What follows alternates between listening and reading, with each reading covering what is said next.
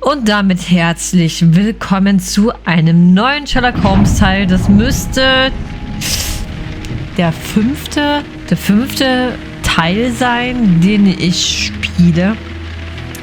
Und ich habe auch bei einigen Bewertungen gelesen, dass das mir das beste Sherlock Holmes Spiel sein soll. Deswegen bin ich ganz gespannt, was mich hier erwarten wird. Wir haben ja die neuen Sherlock Holmes Teile Chapter 1 und The Awakened gespielt. Die sind ja bei mir aktuell auf Platz 1. Danach war es Jack the Ripper, danach kommt The Devil's Daughter und zu guter Letzt das Testament von Sherlock Holmes. Und ich bin mal gespannt, ob Crimes and Punishment Chapter 1 und The Awakened vom Thron stoßen wird.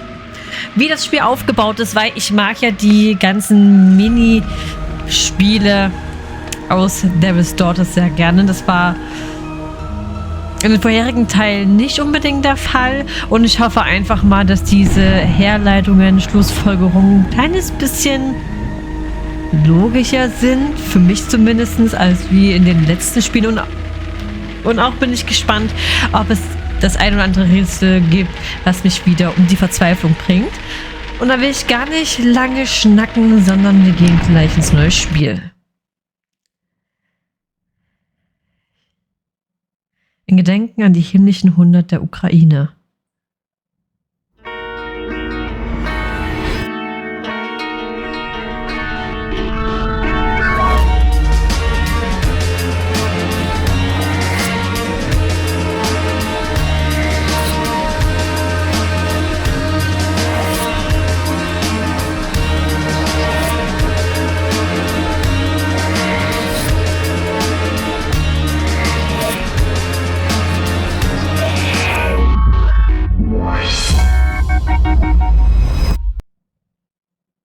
Der schwarze Peter. Gibt es eigentlich eine Geschichte, warum es der schwarze Peter nicht der schwarze Olaf oder der schwarze Klaus heißt? Wäre eigentlich mal interessant zu wissen.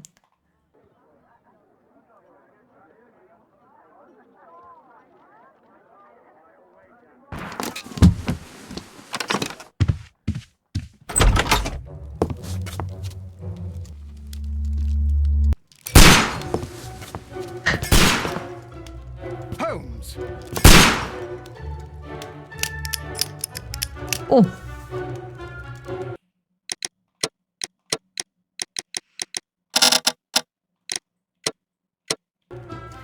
Oh, da wird Copyright und Urheberrechte sagen, nee.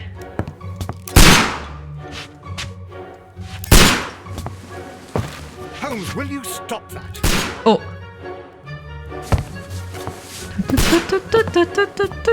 You are utterly mad.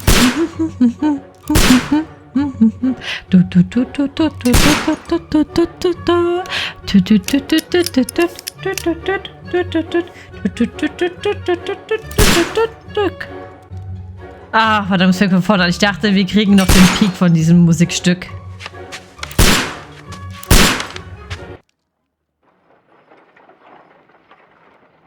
Stop, Holmes!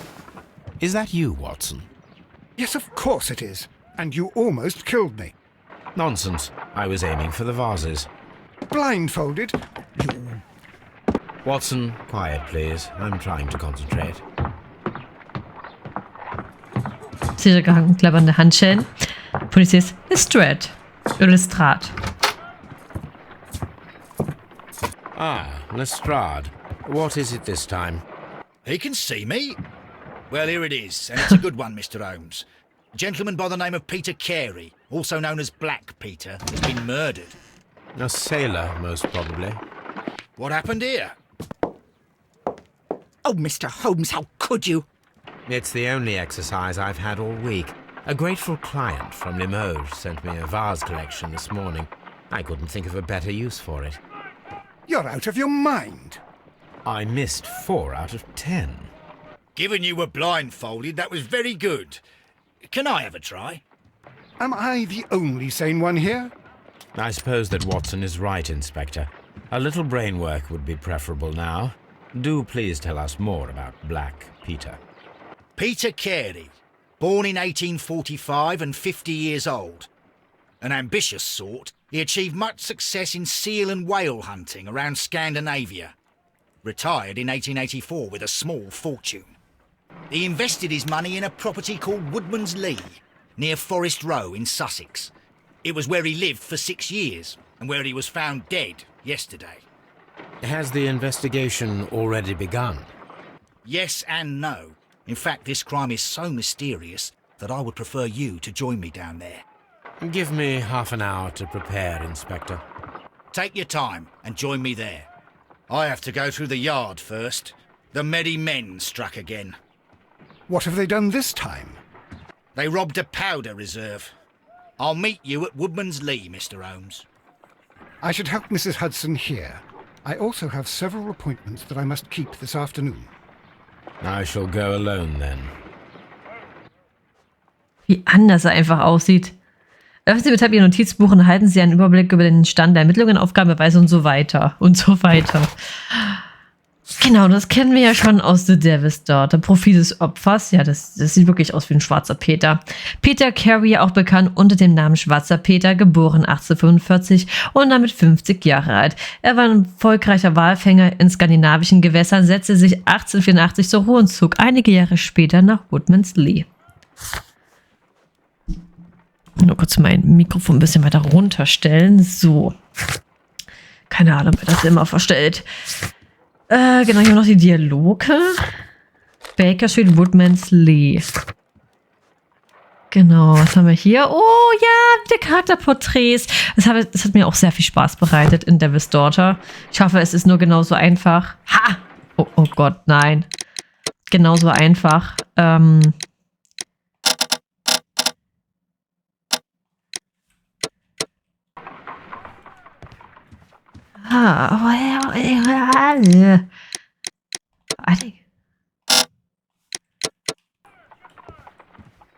Okay, na, ich brauche... Oh Gott, ja, okay, es wird die 10 werden. Oh Gott.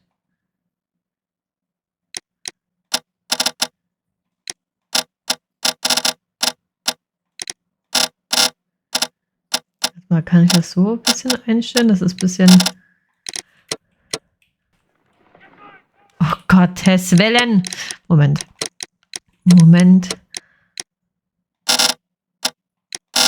Also ich weiß nicht, ob damit rechter und linker sie gemeint ist. Ah. 60, wenn ich das auch voll auf 60.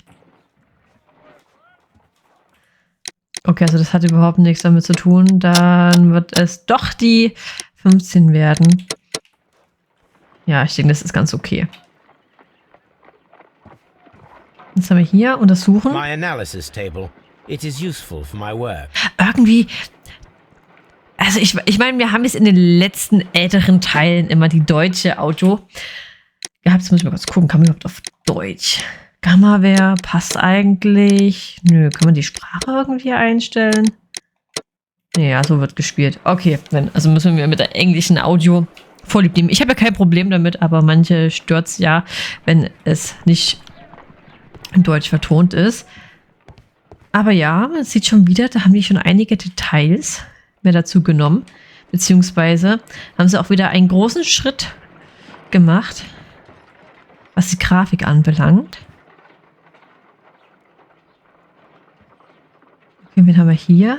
Frosch. Schlussfolgerungen. Und ich würde sagen, die Stimme passt irgendwie nicht zum Sherlock. Irgendwie muss die ein bisschen tiefer sein, finde ich. Oh Gott, die Big Danny. Guck mal. Oh. Aber die hat sich schon hochgearbeitet, ne? Kann man nicht anders sagen. Bei Devil's Daughter haben wir die ja auch schon gesehen. Ich glaube, da hat sie irgendeinen Arbeiter vermöbelt auf leidenschaftliche Art und Weise, wenn ihr versteht, was ich meine. Und ich habe die aber damals nicht als Big Danny erkannt, weil der Charakter war mir doch gar nicht, ja, bekannt. Ich habe sie zum ersten Mal in Jack the Ripper kennengelernt und ja, ne, ich sag mal so, Hier, das sehen wir sie.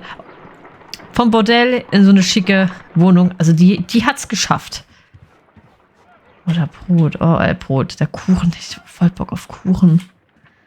Was haben wir hier? Nichts weiter. Was tut mir leid, Mrs. Hudson. Tut mir wirklich leid. Die Geige. Oh, unsere Archive. My archive. I can always consult with it, if needed. My archive. Okay, Briefe untersuchen. This is where I keep my post.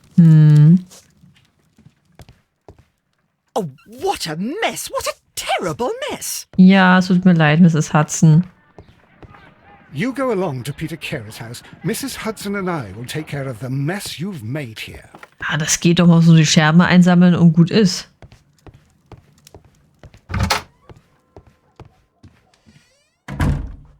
Sieht das cool aus. Oh, wir können es auch wieder verkleiden. Morgenmantel. Seemann, aufgeknüpft. Oh, hallo Sherlock. Freizeitanzug, ja. Dunkler Anzug, ja. Brauner Anzug, ja. Grüner Anzug, sieht auch gut aus. Grauer ebenfalls. Sherlock Holmes steht einfach alles. Bandit. Bauernkleidung, Morgenmantel, Seemann. Komm, wir gehen mal auf aufgeknüpft, ne? Was für die... Ach so. Ah ja, gut, also muss ich in den Morgenmantel gehen. Kein Problem. Komm damit klar.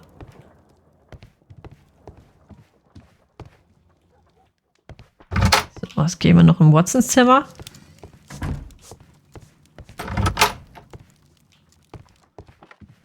Wunderschön.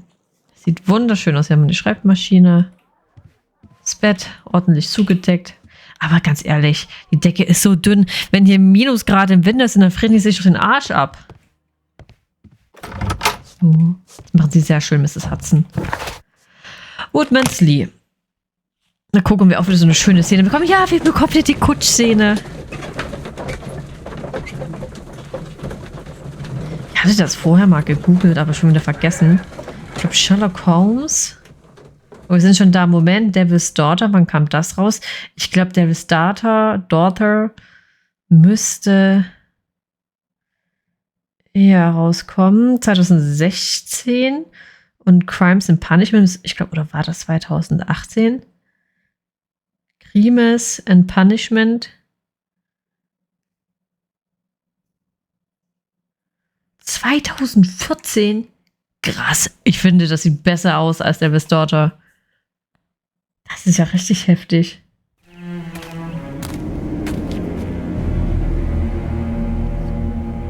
Mr. Holmes, I'm over here. Come on. Ach, wie süß. Lestrade. Ach, ich mag den. Ich finde den cool. Guck mal. Ein paar Erntehelfer, ne? Konzentrieren Sie sich darauf, Details aufzuspüren, die andere Personen entgehen könnten. Boden am Steinweg. Schuhabdrücke. These footprints appear to be quite large. Warte mal, ich muss noch mal kurz... Ah, ich glaube, das wird wieder so Spaß werden mit der Dialogstärke. So, Lautstärke, Dialog, Lautstärke. It seems that the garden was well maintained. Müssen das nicht Radieschen sein? Nee, nicht Radieschen, sondern hier wie... Oder? Doch, oder? Sehen nicht Radieschen so aus? Ich habe keine Ahnung. Also ich weiß, wie Radieschen aussehen, aber nicht, wie die Blätter aussehen. Mr. Holmes? Hello? Ah, das ist Kopfsalat, das sehe ich. Das sehe ich. Hallo? Mr. Holmes? Mr. Holmes? Inspector Lestrade, when will you remove my husband's body? It's sacrilegious to leave him here like this. As soon as we can, Mrs. Carey, I assure you. Allow me to introduce you to Mr. Sherlock Holmes. He's a detective. No doubt you've heard of him. I'll wait for you in front of the cabin, Mr. Holmes. My condolences, Mrs. Carey. Thank you, Mr. Holmes. Irgendwas wir machen jetzt mal das Charakterprofil. Ja! So, kann ich das... Ah, das ist natürlich ein bisschen schwierig zu lesen.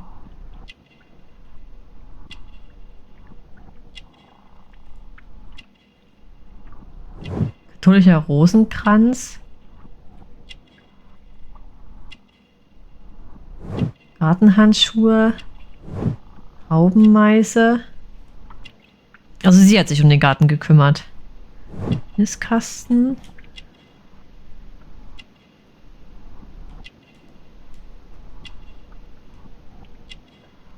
Die Augenfarbe ist echt krass.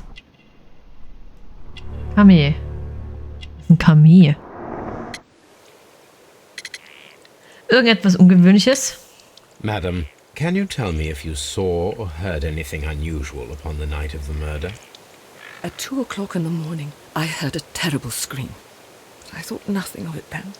He would scream all the time when he was drunk. Abend des Mordes. Can you please tell me what occurred on the evening of the murder? Well, Peter got drunk in the evening. He was in such a terrible temper. Usually whenever that happened, he'd stay all night drinking in his cabin before passing out. Wann wurde die Leiche gefunden? Do you remember at what time you found your husband's body? In the morning, at around 7 o'clock, I noticed the cabin door was open. But I didn't go in to take a look, for I knew my husband would not have liked it. At around 10 o'clock, I dared to glance in through the door and... Oh dear. Hatte Besucher? Was your husband accustomed to receiving visitors? Oh no, I don't think so. I mean, he didn't really have many friends. We lived quite an isolated life here, after his retirement. Gibt es einen Gärtner? The garden is very large and well maintained. Do you employ someone to look after it? It is true, there is a lot of work, but my husband took care of it himself. Es wird alles einfacher werden. You have indeed suffered a great loss, Mrs. Carey. Nevertheless, I believe it will be less of a burden for you soon. Yes, life with Peter was never easy, but he was still my husband. He was different, wasn't he, when you first met him upon your return from Plymouth? Yes, Mr. Holmes. Oh my goodness, but how do you know about that? Oh, Kuh.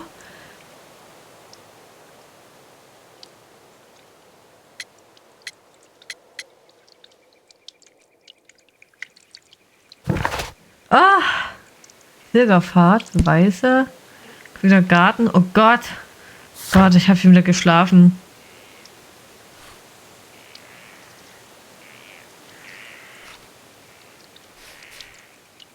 Pilgerreise? Oh Gott, ich denke, es ist die Pilgerreise. Ich bin mir nicht ganz sicher.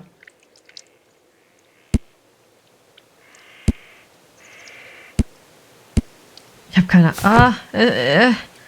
Pilgerfahrt? Ja? You undertook a pilgrimage to the Cathedral of Santiago de Compostela when you were young. That much is evident from the rosary in your hand. The shortest route for the pilgrim from England to Spain is from Plymouth. I believe that you met Peter Carey as a young sailor there, and you married him soon afterwards. That is indeed what happened, Mr. Holmes. How extraordinary. Thank you, madam. Ach Gott, die tut mir leid. Ab.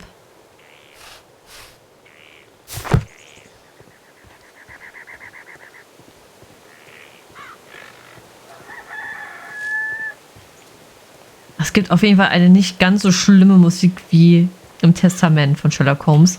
Da wäre hier schon wieder komplette Actionmusik, die überhaupt gar nicht zu dem Ambiente gepasst hätte. Peter Carey's body is inside the cabin. We took care not to touch anything.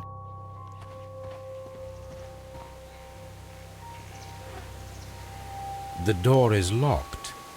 Wait just a moment, Mr. Holmes, and I'll open it.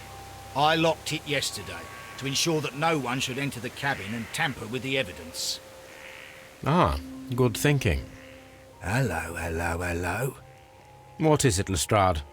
It seems to me that someone has tried to force it, Mr. Holmes. Let me see. Untersuchen. Das stimmt. Achso, T. Tür. Türschloss. Und haben ein paar Kratzer. Genau. These scratches are fresh. You're right. Someone tried to force open the door. I swear these scratches were not here yesterday. Our mysterious visitor came here last night. Well, he's not the man for the job. This lock is not a difficult one.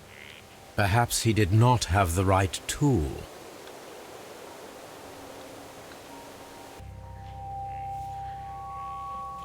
Wie er mich da angrinst.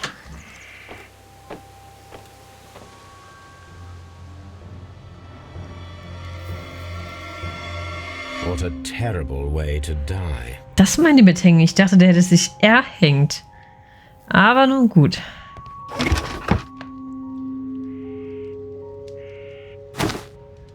Peter Schuhe. Carey's boots. They look to be a size 8.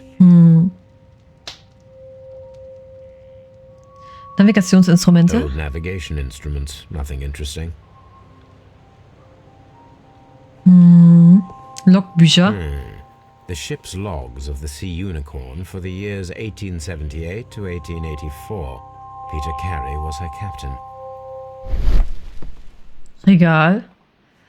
Verdächtige leere Stelle. Umriss im Staub. This place is not covered with dust, like the rest of the shelf. An object was taken from here. It was larger than a book. A box or a small chest, perhaps. The tooth of a Pottwalzähne. sperm whale. Probably klein? from one of Peter Carey's catches. Ich hätte gedacht, die werden größer. Eine Karte. Dundee. Was ist die Route? Hammerfest. It's a Hammerfest. whaling map. Walfangkarte. Okay. Das sieht ja richtig heavy aus. Das Gebiss eines Hais. Hier hat er auch teilweise geschlafen. The ship's...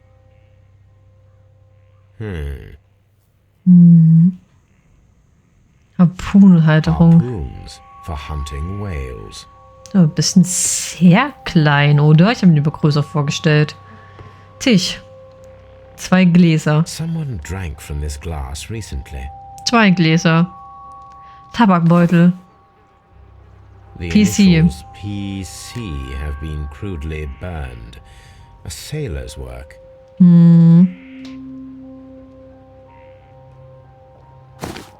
Öffnen wir einfach mal. This aroma is familiar, but to recognize it, I must construct my associations in one picture. Okay.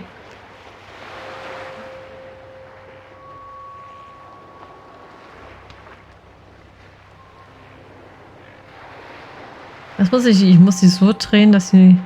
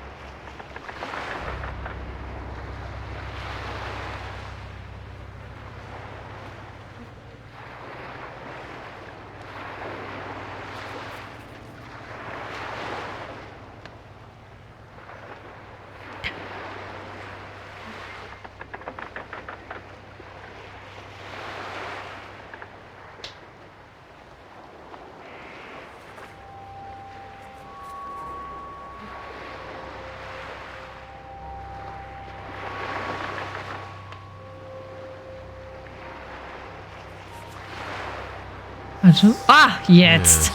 This is a coarse tobacco, quite strong and very popular among sailors. Das ist ja cool. Sonst haben wir nichts. Wir haben Rum. A sailor's drink. It seems that Captain Carey was enjoying a drink before he met his death. hier haben wir den toten Peter Carey. Durchbohrte The Brust. weapon fully penetrated the body. The force of the blow was immense. This man is in his 50s, yet he still looks quite strong. Blutlache. Notizbuch. Drehen Sie den Gegenstand in eine beliebige Richtung, um ihn sorgfältig zu untersuchen und dabei neue Details zu entdecken. The pattern of the blood stain indicates that the notebook was not lying on the floor prior to the crime, but it was dropped into the pool of blood after the death of Peter Carey. Steht da JHN in Italien. JHN are probably the initials of the owner of this notebook.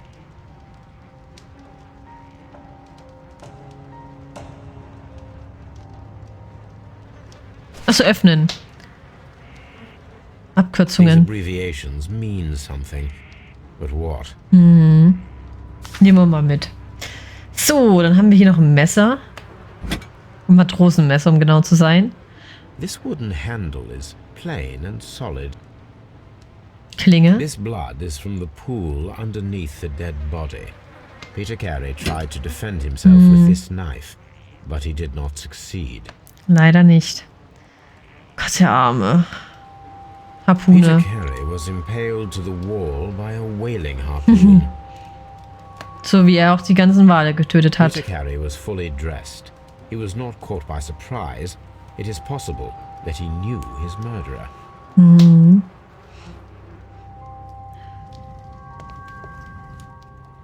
Oh, Namensschild eines The Schiffs. Sea Unicorn.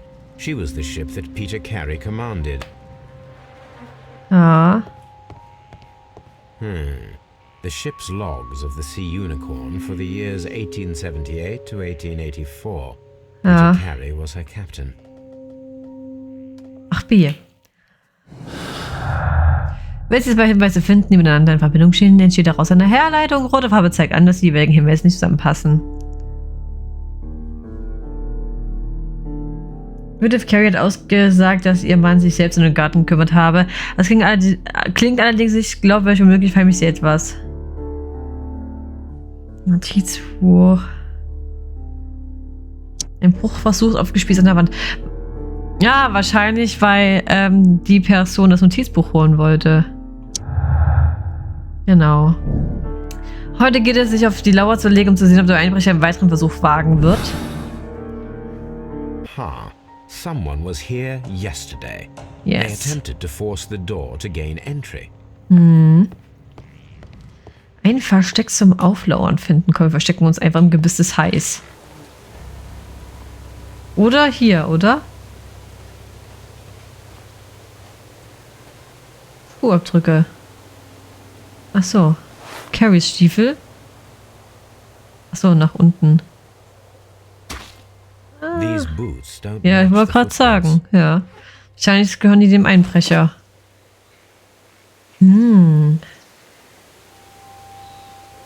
These footprints. Tab.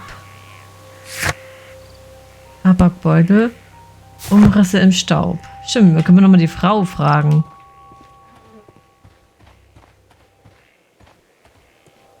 Oder Lestrade? Well, Mr. Holmes, what do you think? I think that we are lucky And why is that? because of last night's attempted break-in. Oof, you've lost me.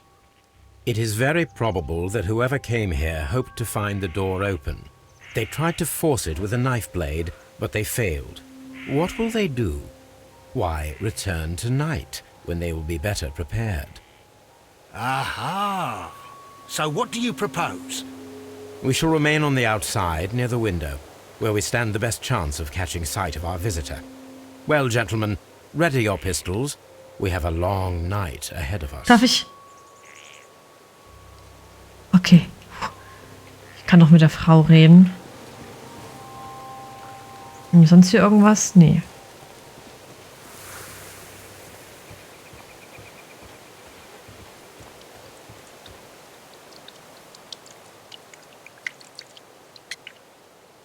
Hat wieder geraucht? Is this your husband's tobacco pouch? I'm not sure. It might be. but he hadn't smoked in a very long time. Peters private Unterlagen. Your husband's private papers. Do you know where they are? There was a small tin box, barely larger than a book. He kept his papers there. It should be somewhere in his cabin. Okay. Thank you, madam. Who could do such a thing? My poor husband. Das stimmt. Abgeschlossen. Okay. Ja, noch ein Versteck jetzt suchen.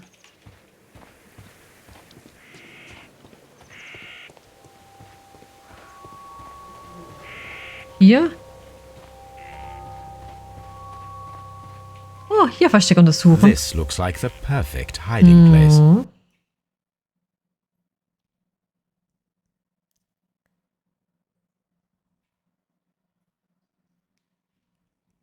Ach so, fortfahren.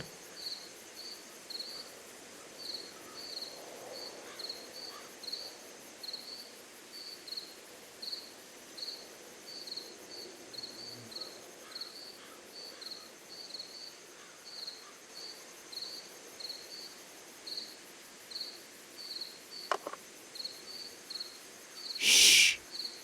Did you hear that?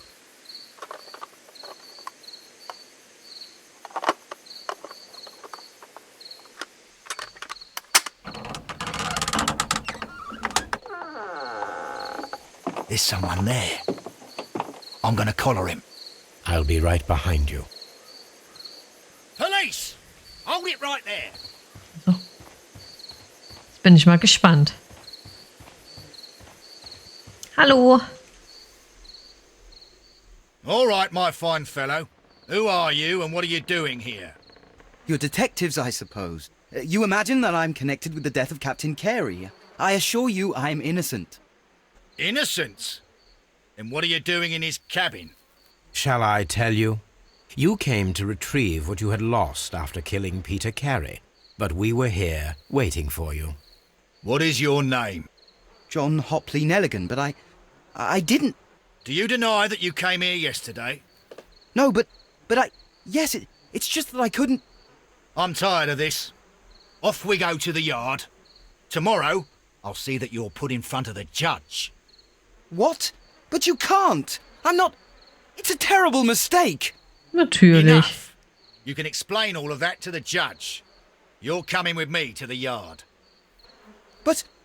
In light of recent events, it seems evident that your coming here was unnecessary. All the same, I'm very grateful to you, Mr. Holmes. You are welcome, Inspector, but please don't be too hard on our young fellow.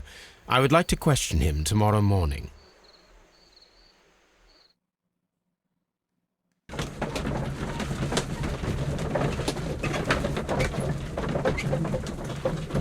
Das sieht so cool aus. Ich muss sagen, der Sherlock gefällt mir besser als der Zukunfts-Sherlock aus Devil's Daughter. Und da sind wir auf der Polizeistation Scotland Yard. Ach, trautes Ein Glück allein. Und ich würde sagen, wir sehen uns in der nächsten Folge dann wieder und werden den armen, jungen Mann ja, mal ein kleines Gespräch führen, warum er denn einbrechen wollte, wenn er nichts getan hat. Und ich hoffe, euch hat die erste Folge von Sherlock Holmes Crimes and Punishments gefallen und ich hoffe, dass wir uns in der nächsten bzw. in der zweiten Folge dann wiedersehen werden.